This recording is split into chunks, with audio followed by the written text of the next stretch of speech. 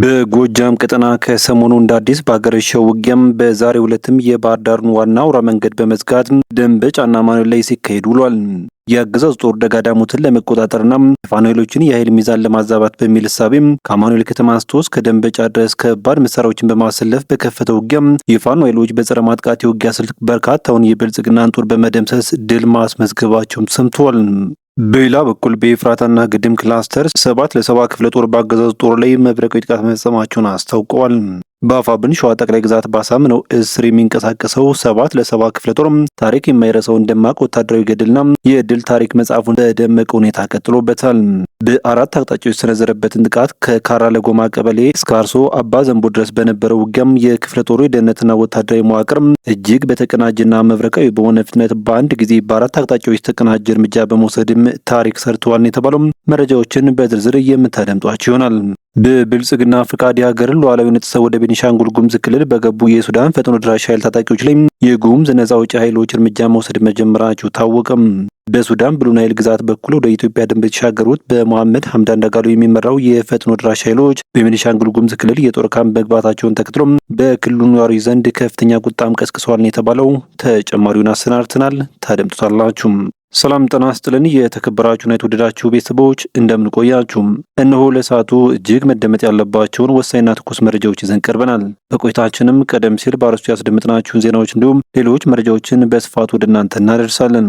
እናንተም ለቻናሉ አዲስ ከሆናችሁ ሰብስክራይብ እንዲሁም ቪዲዮ ላይክ እና ሼር እንድታደርጉ በትህትና እየጠየቅን በቀጥታ ወደ ዝርዝር መረጃዎች አለፍን።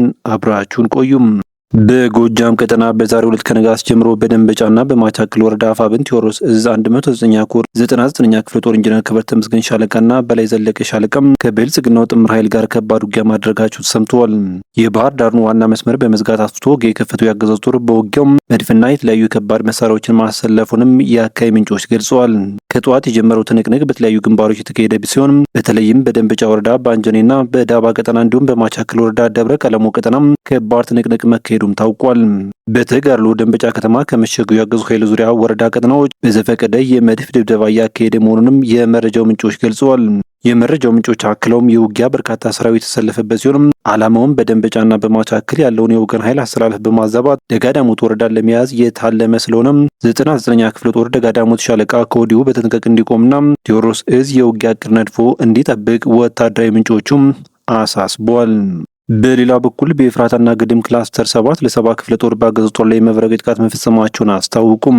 በአፋብን ሸዋ ጠቅላይ ግዛት ባሳምነው እስር የሚንቀሳቀሰው 7 ለ70 ክፍለ ጦር ታሪክ የማይረሳውን ደማቅ ወታደራዊ ገድልና የድል ታሪክ መጽሐፉን ዛሬም በደመቀ ሁኔታ ቀጥሎበታል።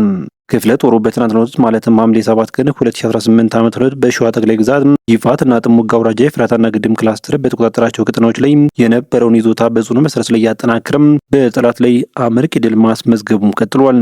በአራት አቅጣጫዎች የሰነዘረበትን ጥቃት ከካራ ለጎማ ቀበሌ እስከ አርሶ አቦ ዘንቦ ድረስ በነበረው ውጊያም የክፍለ ጦሩ የደህንነትና ወታደራዊ መዋቅር እጅግ በተቀናጀና መብረቃዊ በሆነ ፍጥነት በአንድ ጊዜ በአራት አቅጣጫዎች የተቀናጀ እርምጃም ወስደዋል።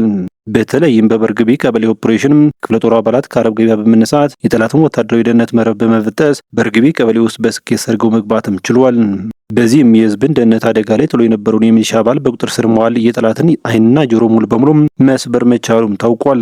በተመሳሳይ ሰዓት ከአጣዬ ከተማ በ2 ኪሎ ሜትር ርቀት ላይ በምትገኘው ልዩ ስሟ ሞሎ ባህር በተባለች ስፍራ ጀግኖቹ ባደረሱት ከባድ ጥቃት በርካታ ያገዛዙ ኃይል አባላት እስከ መጨረሻው ሲሸኙ ወታደራዊ አቅማቸውን የሚያዳክም ልዩ ልዩ ቁሳቁሶችም መማረካቸው ታውቋል። በተመሳሳይ ሰዓት ወደ ፍርዷ ቀበሌ የዘለቁት የነጻነት ታጋዮቹ ከወገንና ከሀገር ደህንነት ይልቅ ወዳቸውን ያስቀደሙም ለጥቅም ያደሩ የባንዳ ሚሊሻዎችን አንገት የሚያስደፋና ዳግም እንዳያንሰራሩ የሚያደርግ ከባድ እርምጃ መውሰዳቸውም ታውቋል።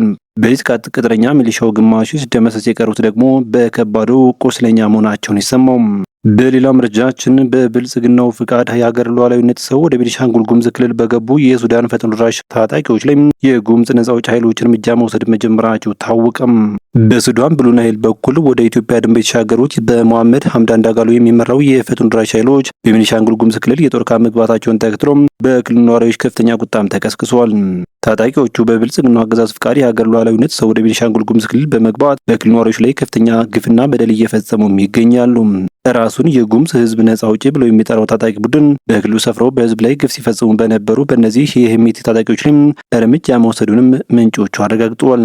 የብልጽግና አገዛዝ እነዚህን የሚቴ ታጣቂዎች ቤኒሻንጉል ጉሙዝ ክልል ለጦር ካምፕነት እንዲጠቀሙ በይፋ መፍቀዱ ሳያንስ ታጣቂዎቹ በህዝብ ላይ ለሚፈጽሙ ሰቅጣጭ ድርጊት ምንም አይነት መከላከያ ካለማድረጉም በላይ ከታጣቂዎቹ ጋር ወግኖ ጥቃት ተፈጸመብን በሚል አቤቱታ ለሚያቀርቡ የክልሉ ነዋሪዎች ላይ እርምጃ ሲወስድ መቆየቱን ሚዲያችን ከዚህ ቀደም በሰራቸው ዘገባዎች ለህዝቡ ማድረሱም አይዘነጋም። የክልል ነዋሪዎች እንደገለጹት ታጣቂዎቹ በክልሉ ሰፍረው ግድያ፣ ዝርፊያና አስገድዶ መድፈርን ጨምሮ ሰብአዊ መብት ጥሰቶችን ሲፈጽሙ ቆይተዋል ብለዋል። ታጣቂዎቹ በየሆቴሉና በየሱቁ እየገቡ ለሚመገቡት ምግብና ለሚገዙት ንብረት ክፍያ ሲጠየቁም ብልጽግና ይክፈላችሁ በማለት በባለቤቶቹ ላይ ሲሳለቁ እንደነበርም የክልል ነዋሪዎች አስረድተዋል። ከሱዳን ተነስተው ወደ ኢትዮጵያ የገቡት የሚቴ ታጣቂዎች የቤኒሻንጉል ጸጥታ ሁኔታ አደጋ ላይ ጥለውታልም ነው የተባለው። ይህ ድርጊት አገዛዙ ለሀገር ሉዓላዊነት ያለውን ንቀት የሚያሳይ ነው ሲሉም ነዋሪዎቹ ቃል በቃል ተናግረዋል። የተወደዳችሁ ቤተሰቦች ለሰዓቱ የነበሩን መረጃዎች እነኝን ይመስሉ ነበር። በቀጣይ በሌሎች ዜናዎች እንዲሁም ጥቆማዎች እስከምንገናኝ በያላችሁበት የዓለም ጫፍ በሰላም ቆዩኝ።